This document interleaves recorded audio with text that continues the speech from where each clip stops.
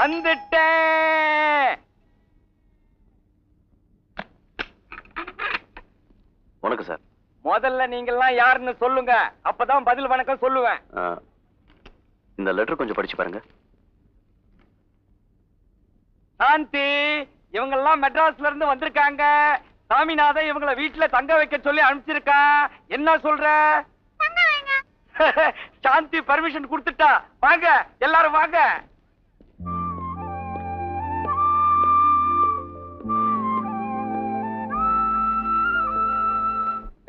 செல்ல குட்டிங்களா, இந்தாங்க சாப்பிடுங்க. அவனுங்க வந்த 4 நாளா லோன்னு அலைஞ்சுக்கிட்டு இருக்கானுங்கம்மா. அதுவா, அது ஒரு வியாதி. அதான் காதல், லவ் லவ்.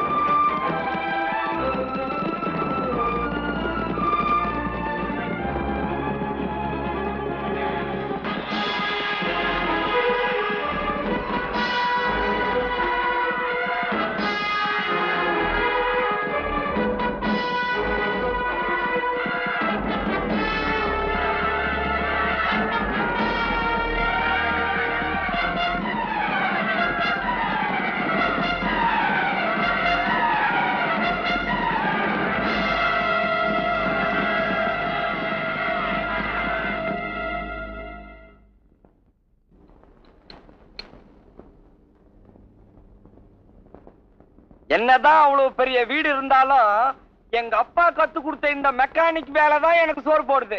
ஏங்க காய்கறி வாங்க பணம் கொடுங்க. நேத்து தான் 3 kilo beans, 3 kilo carrot, 3 kilo தக்காளிக்கு காசு கொடுத்தேன். என்னாச்சு? அவளையும் இந்த மண்ணாங்கட்டி தின்னுட்டான். பச்சை காய்கறி தின்ன உடம்புக்கு நல்லதுன்னு சொன்னாங்க. காய்கறி கடைக்காரங்க, நீ காய்கறி தின்னா அவன் வியாபாரத்துக்கு நல்லதுரா முண்டோம். ராமுவாவது அன்னைக்கு குதிரையில அடிபட்டு சாக கடந்து பொழைச்சுக்கிட்டான். நீ தின்னே சாக கிடப்ப, ஆனா பொழைக்க மாட்டேன்.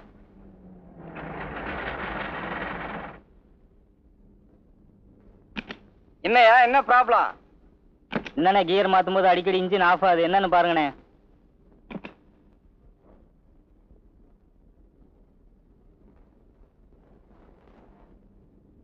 ஏங்க யாருங்க, என்ன வேணும்? இல்ல, எங்க முதலாளி வீட்டு வரைக்கும் வந்து கார் ரிப்பேர் பார்க்கணும். மெக்கானிக் யாரு? கொஞ்சம் இருங்க.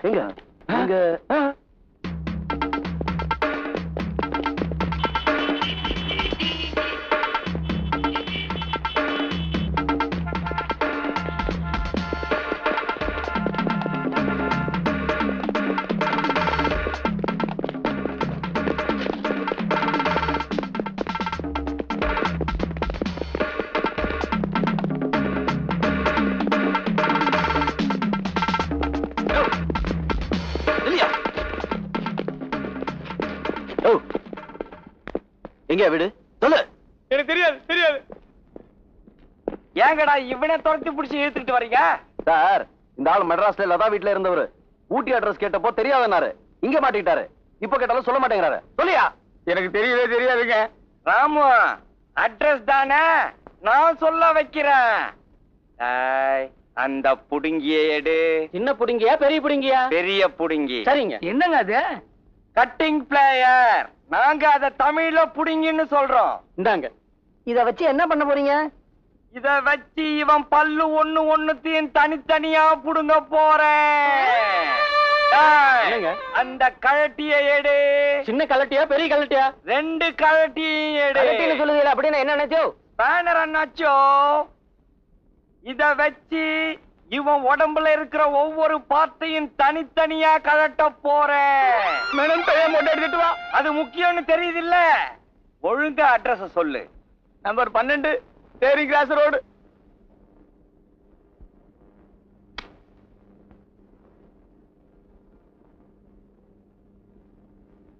யாரு பண்ணி? என்ன வேணும்? லதா வீடு இதுதானே? ஆமா. ஏய் இதாண்டா.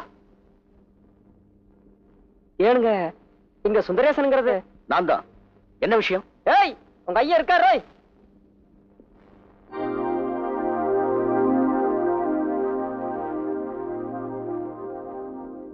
லதாவை கொஞ்சம் கூப்பிடுறீங்களா? நீங்க எல்லாம் யாரு? என்ன விஷயமா வந்திருக்கீங்க? லதா கிட்ட கொஞ்சம் பேசணும். நீ எதுக்காக லதா கிட்ட பேசணும்? அவளுக்கு உனக்கு என்ன சம்பந்தம்? சொல்லு.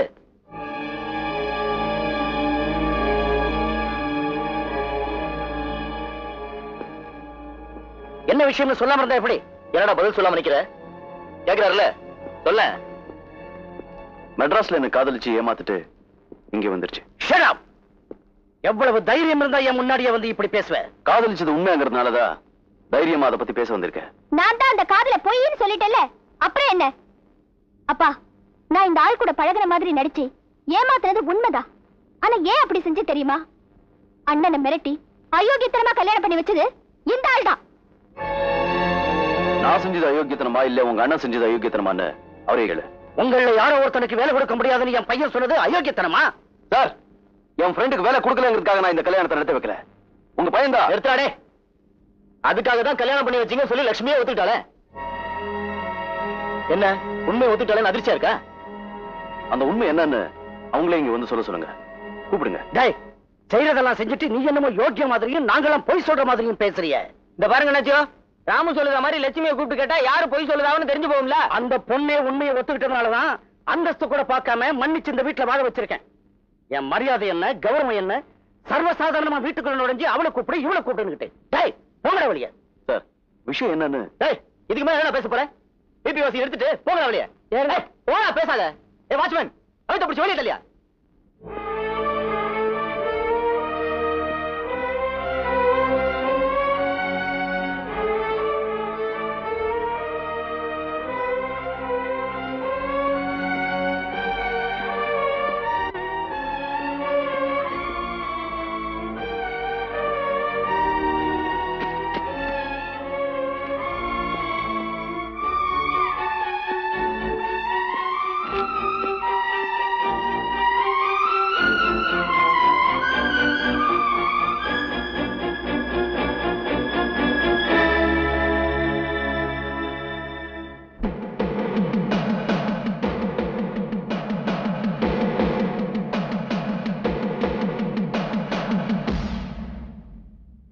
என்ன மாமு, வேற ஊருக்கு வந்திருக்காங்கறத மறந்துட்டு வாலாட்ட ஆரம்பிச்சிட்டீங்க போல இருக்கு. அதான்பா மோகன் சார் விட்டு விஷயம். ஒழுங்கா உடம்ப காப்பாத்திக்கிட்டு ஊர் போய் சேர்றீங்களா இல்ல கல்யாணம்னு கட்டையில ஏற போறீங்களா? கல்யாண ஏற்பாடு மட்டும் இல்ல மாமா, மேல கச்சேரி நாங்க தான் வாசிப்போம். எப்படிமா? இப்படித்தான்.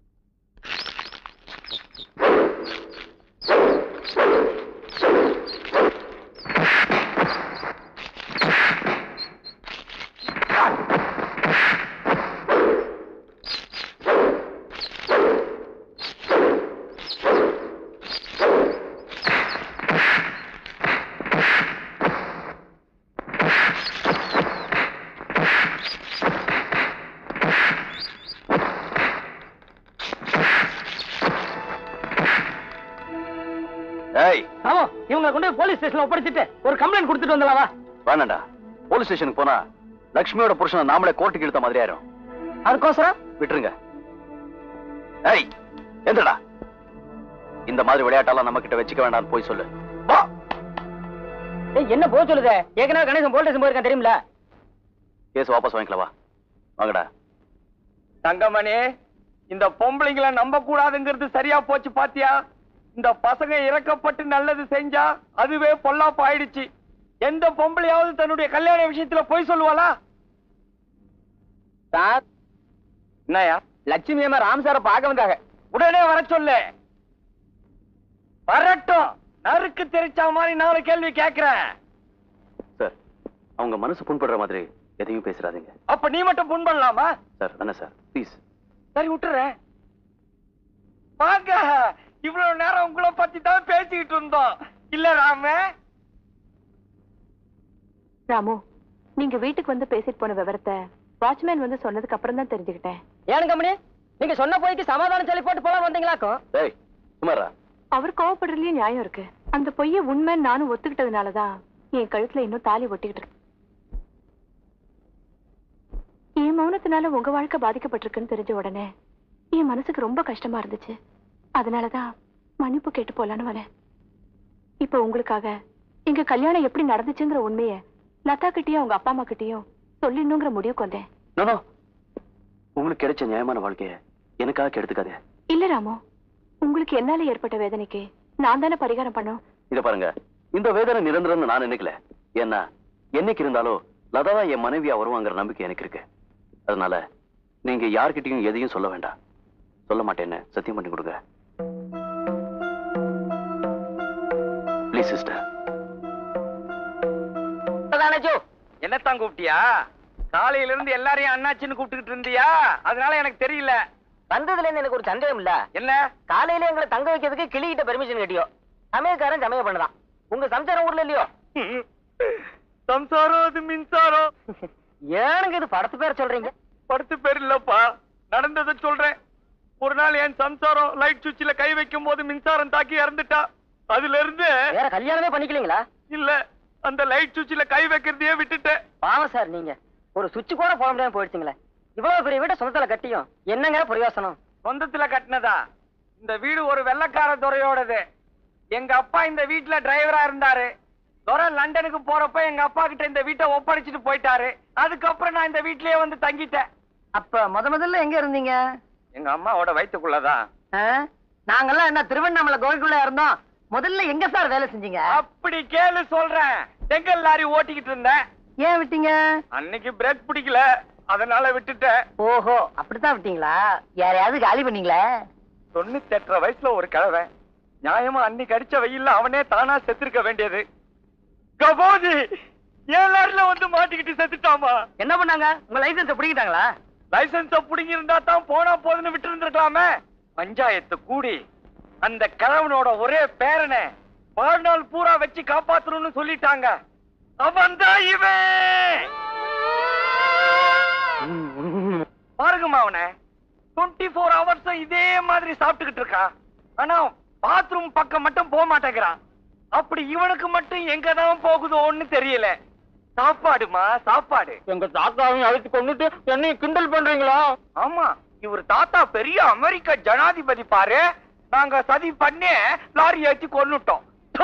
சோத்துப்பான மோரங்க. மோர் கொஞ்சம் புளிப்பா இருந்தது. அத கல்லுன்னு நினைச்சு இந்த மண்ணாங்கட்டி மத்தியானமா குடிச்சிட்டான். பாப்பா சதீஷ்.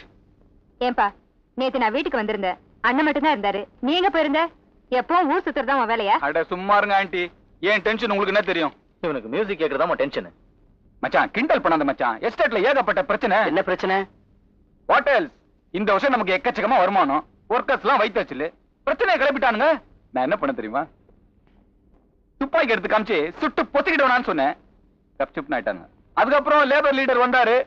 ஊன்னாரு. கொஞ்சம் தண்ணி எடுத்து ஊத்துனேன். அதுலயே முழுகிட்டாரு. சம்பாதிக்கிறதே சிரமம், அதை வச்சு காப்பாத்துறது அதை விட சிரமம்.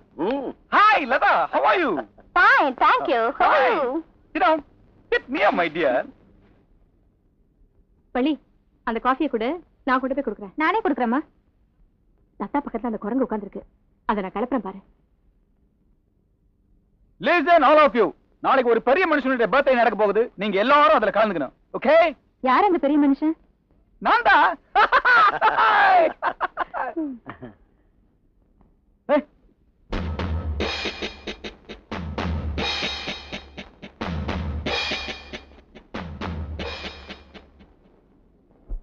சாரி சதீஷ், என்ட்ரஸ் உள்ள இருக்கு, வா போய் மாத்திக்கலாம்.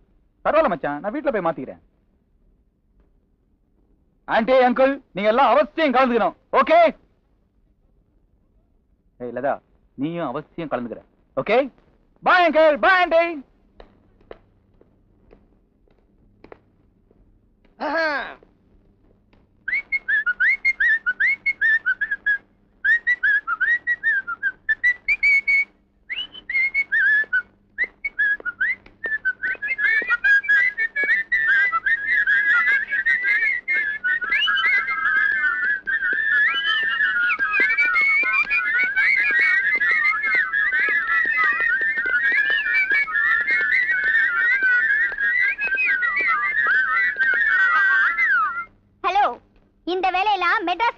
இது எங்க ஊரு.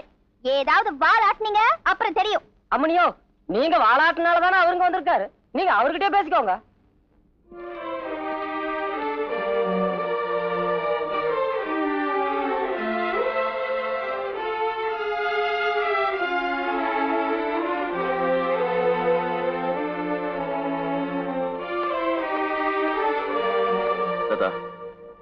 வழிய விடு. நான் உன்கிட்ட கொஞ்சம் பேசணும். நீ என்கிட்ட ஒண்ணு பேச வேண்டியதில்ல, அதுக்கு அவசியமும் இல்ல. அவசியம் இருக்கிறதுனாலதான் நான் உன்னை தேடி வந்திருக்கேன். நான் சொல்றது கேளு.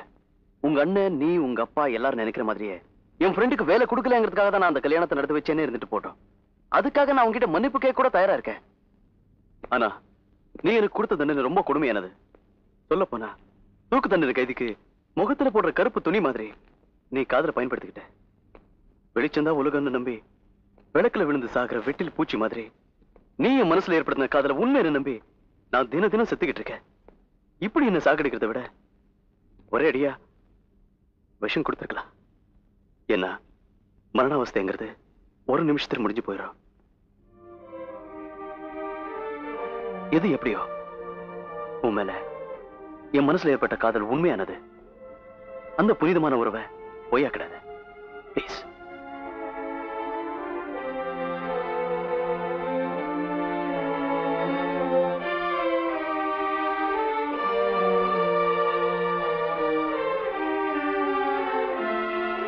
இத பத்தி யோசிக்கிறதுக்கு எனக்கு 2 நாள் டைம் வேணும். ஓஎஸ், தாராளமா எடுத்துக்க. நாளை மறுநாள் உன் பதிலுக்காக இதே இடத்துல காத்துட்டு இருப்பேன்.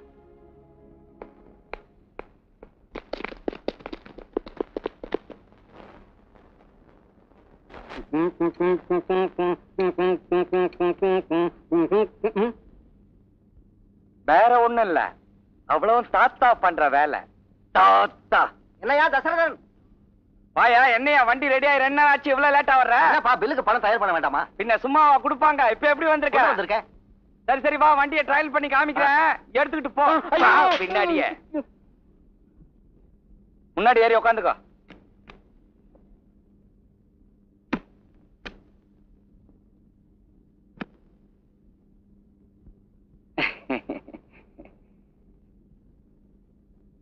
ஊட்டி குளிரு, ராத்திரி பூரா பனியில வெளியில நனைஞ்சிருக்கு, அதான் சோக்கு எடுக்க மாட்டேங்குது.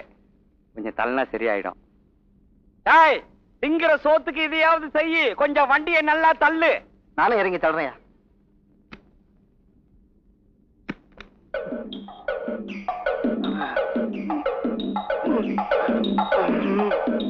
இன்னும் கொஞ்சம் தள்ளனா சரியாயிடும். தள்ளுங்க தள்ளுங்க தள்ளுங்க தள்ளுங்க தள்ளுங்க, இன்னும் கொஞ்சம்.